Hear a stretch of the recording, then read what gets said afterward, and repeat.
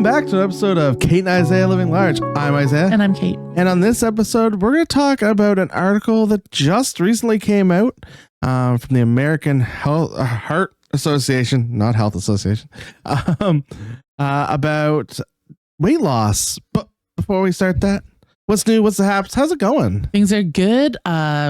Presume I'm still trucking along on what we talked about last week on the not keto diet, which is hilarious.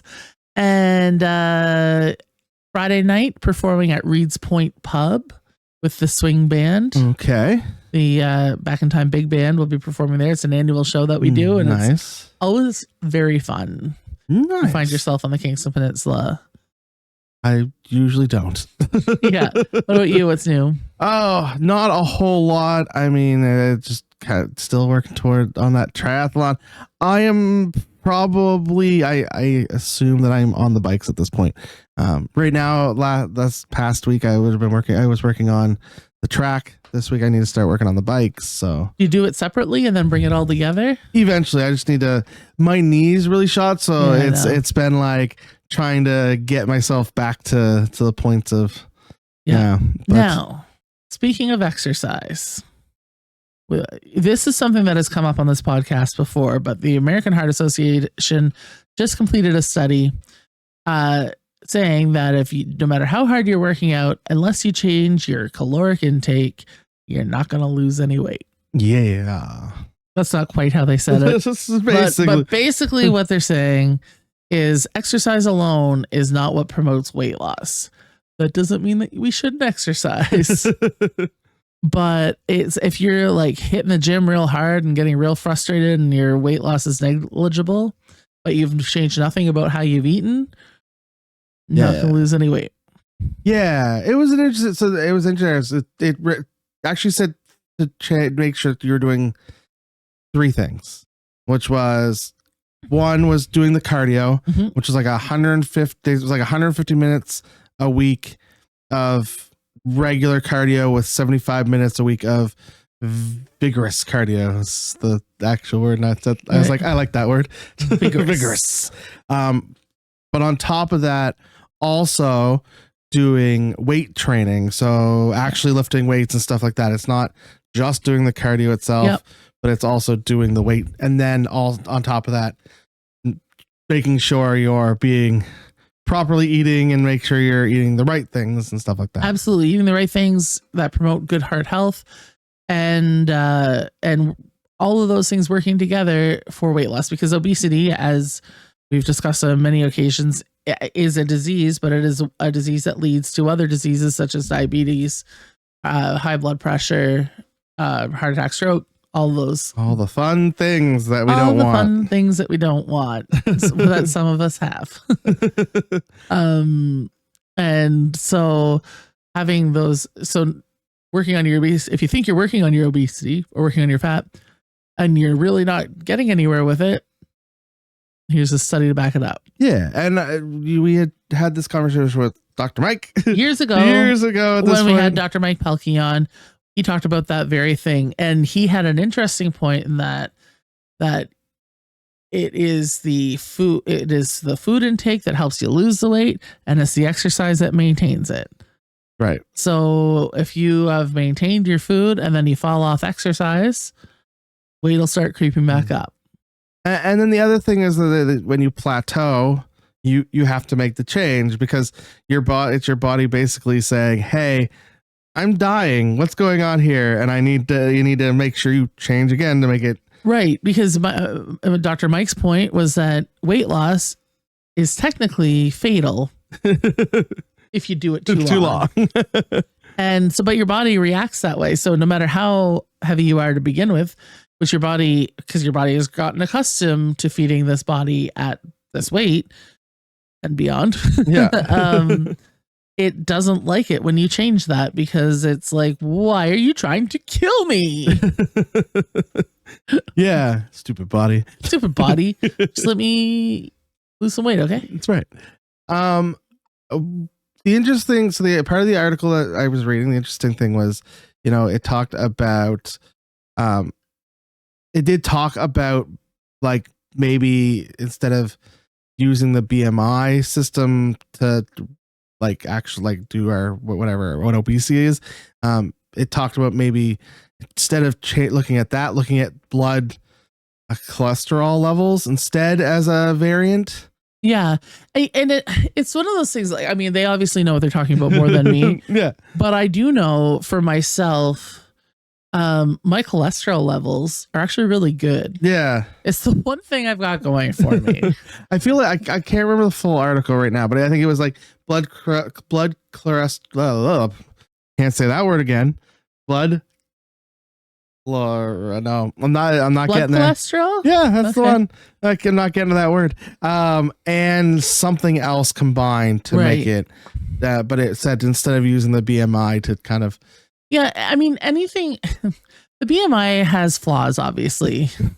Yes. We know this, but the BMI is also a source that's been used for a long time as a measurement to track obesity. And it's, when you're doing any kind of comparison over time, it needs to be consistent and you need something.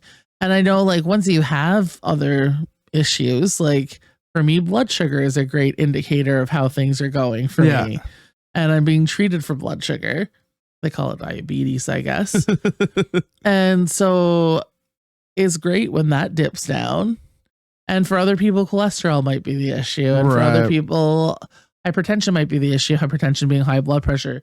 But I know that, yes, it will get better the less I weigh. I'm going to have hypertension regardless of what weight I am, because that's the way my body operates. It's hereditary. My dad is also the same way. Yeah. Certainly helps me less heavy. Certainly makes things better, easier, but I'm probably going to be on medication for hypertension the remainder of my life. That is fair. I mean, it's an interesting thought to try and move away from BMI and figure out another way to do it. But what do you use to indicate that? And I think we talked about another article that we had read that was what was that? What, I can't remember right now off the top of my head what it talked about, but it was like talked about weight, clothing fitness instead. I can't remember what it was. Yeah, I mean, I don't remember it off the top it's of my all head. Anything that measure for me, like on the individual basis, I like to look at all of the above as my own personal measurement, because you talk about the scale can't be the be all end all either, but it certainly is a data point. Yeah. BMI certainly is a data point.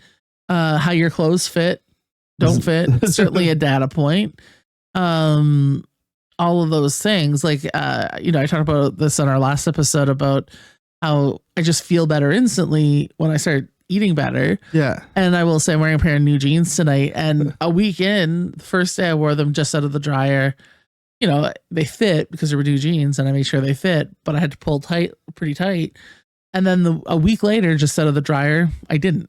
Right. And that's just a week. And I haven't measured anything else. I just know these jeans fit better. So I know something's happening. Something's happening. And not a lot, not enough that anybody would notice at this juncture. It's not like I walked to see you for the first time in 2 weeks and you're like, wow, you look, if you walk in 2 weeks and I've been like, you could drastically change, I might go, are you okay, Kayla? Yeah, which is fair. You notice that I've tried to surger myself. Yeah, I'd be a little bit more concerned if you there was extreme drastic weight loss in 2 weeks. I'd be like, this is a problem because that's not how bodies work. But it wasn't just from exercise; it was also from food intake. So which actually leads into what we talked about last week. I talked about this last week, but exercise wasn't even a possibility for me really, because I was struggling to move so much and I was in so much pain. Still am really, that it had to start with food intake to get those initial, get to the point where you can actually exercise, so that I can actually exercise. So all those things can work together. But it's kind of a scary thing and sad thing to admit, that you're feeling this way. I think it's a good thing to admit as well, because sometimes internalizing that is not a great thing. No, I think internalizing that just helps me get fatter. Just adds more things. Just adds the extra to it. But yeah, no, but I like, yeah, like you said, it goes with that article is like it talked a lot about, you know, that the weight, so many people put so much focus on weight loss being going to the gym, doing the work, doing the exercising, but it also has to do with, you know, what you're eating, how you're working out, all that extra stuff adds up to it, right? And again, I felt like that number was that the numbers they put out for the amount of exercise you're supposed to was interesting as well. The 150 minutes of just regular exercise and then 75 minutes of vigorous exercise in a week. 75 within the 155? No, it's 155 and 75. So what is that total? Math. 155. 200 and 225. 230. So 230 minutes in 7 days. So 230 minutes of cardiovascular exercise over the course of 7 days. Yeah. So for easy math, let's say it's 210 minutes. So it's about 30 minutes a day, which is what we've all of us been told. Yeah, I guess. Yeah, I guess that makes sense. Yeah. Yeah. I just felt like I guess when you say it over a week, it just feels like it's just not something we typically measure. Wow, that was painful to watch. I'm glad you're only listening to the painfulness of it. When Isaiah tried to interrupt me to say it starts with 200, I'm like, I know, I'm counting on my fingers. I'll get there.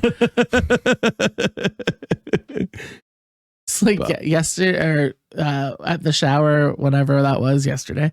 There was like a quiz and it was like, how many years have Amanda and Brian been together? Well, I know that they met on December 31st, 2018. And I know that they got together in 2019 because I introduced them. And I did the math 4 times in my head and I said 6 years. That's 7. It's like, math. Painful. Yeah. 30 minutes, but going back to the article, it's time. 30 minutes of exercise a day. I guess that's just cardio exercise, which makes sense. I like when I really was pushing at the gym, it was like an hour, right? So I was doing like 30 minutes of weights and 30 minutes of cardio. Yeah, so that makes sense. And those like HIIT workout style, like where I'd show up to classes, those were usually 45 or 50 minutes long, and a combination of cardio and weightlifting, and so it does make sense. Yeah, I guess we do a group power, which is the same kind of idea, which is like 30-ish minutes of like weightlifting and cardio. And obviously all of this stuff has to start somewhere. Like, you know, I've fallen into the trap of going gung-ho too quickly and being like, oh, and then like injuring myself or just being so tired, like, I don't want to do that again. I've done that 3 times. So easing into stuff is okay too. Yeah, no, I think it's important. I think it is important to like know your limits, or at least see where your limits are, and not do what I tend to do, which is I tend to go back to the gym and I go, oh, here's where I was when I last did this. Right. I can do this again right off the hop. And then it's like I injure myself and I'm like, oh, okay, now I can't go to the gym for like 3 days. Yeah, no, 100%. It's like my oldest nephew was talking about like doing a chest press and saying that he could lift. I can't remember what he said he could lift. And I said, you use free weights or barbell or whatever. And I said, the last time I did that at my best using free weights, I could do 50 in each hand. Yeah. Which is crazy. That's quite good. That's a lot. That's 100 pounds. 100 plus, actually. The bar. But it's not. It wasn't bar, free weights. Oh, yeah. Oh, you were doing. You were doing the hand dumbbells. Gotcha. Like this, you know, but still, it's 100 pounds. But it's harder when it's not on the barbell because you don't stabilize yourself. You have to stabilize both arms. Like my right arm could do quite a lot more than my left arm. But if I tried to do that now, I'd be lucky if I could get 25s over my. Yeah. I haven't done like real weights in long time. Last time I was doing it was 200 and something I could do On the barbell? On the barbell. Yeah, I could do more on a barbell than that. But yeah, I think it was like, not 200 though. For the record, I don't think I'm that strong. I was doing well, and then I don't know why I stopped doing it, but I guess I switched to a different position and it became a lot more harder because you were going to the gym a lot when you first started. Yes, I was going to gym. I was going to gym. Well, I worked at the gym, but I had more time to do things. Now I have less time to do things. Yeah, which is good because you're enjoying your job. Yes, I am. Yeah, I'm enjoying it. You know, if anyone knows a lifeguard or swimming instructor, I'm still looking for people. Yeah, I bet. I got a lot of people leaving for school in the fall. That's scary. It's good for them. I'm really excited for a lot of my staff. They going away to university for the first time and stuff. Yeah. Oh, that's so exciting. I know, right? Yeah. But on that note, any final words? Any final thoughts about the article? Final thoughts are: do what you can when you can. If you are actively, if you're listening to this, you're like, I can't lose any weight. Well, check your food. Yeah. And keep up the exercise, because even if you're not losing weight because of exercise, it's still helping things like your heart, which is really important. And taking away a piece is not good either. Right. And for me, though, I think my takeaway from that is I'm going to start adding as soon as I can, I'm going to start adding some light cardio. Heck yeah. Yeah. And some weights. Cause I've always for a really obese person, and doing weight training right away is a good way to make you feel very good about yourself. Because you're so used to supporting your own weight that you're quite strong. So you see those wins early on with weight training. So if you're like me, and I know this from previous times that I've done that, any kind of program, that the minute you start weight training, it's a good way to have a lot of instant good wins. Yeah. How about you? I think I am on the same level. I think, making sure you're trying to at least look at what you're eating, and obviously you can't take away everything. If you're not enjoying what you're eating, then it also is a bad side of the other side, right? Yeah, it's just a cliff to fall off. But I think for myself personally, I think I've been doing a lot more cardio training, and I have not done the weight training side of things. And I think I have to get back to doing the weights as well. Right. I've just been training for a 5K, and then now with this triathlon, trying to do that thing, and instead of it just being like a normal part of your yeah. Because weight training is important for those cardio events as well. Yeah, so I think I need to get back to the actual weight training side of things. Yeah. Well, where can people find you on the internet, Isaiah? Beat me to it. I did. You can find me at Maritime Brews on all the social medias. Where can people find us? Find us at Kate and Isaiah Living Large on Facebook and Instagram. Yeah. Of course, we still have the Buy Me a Coffee going if you want to donate to us to help us improve our setup. Or, it goes a long way is to like, share, subscribe, comment on wherever you listen to or watch the podcast at. But until next week, bye.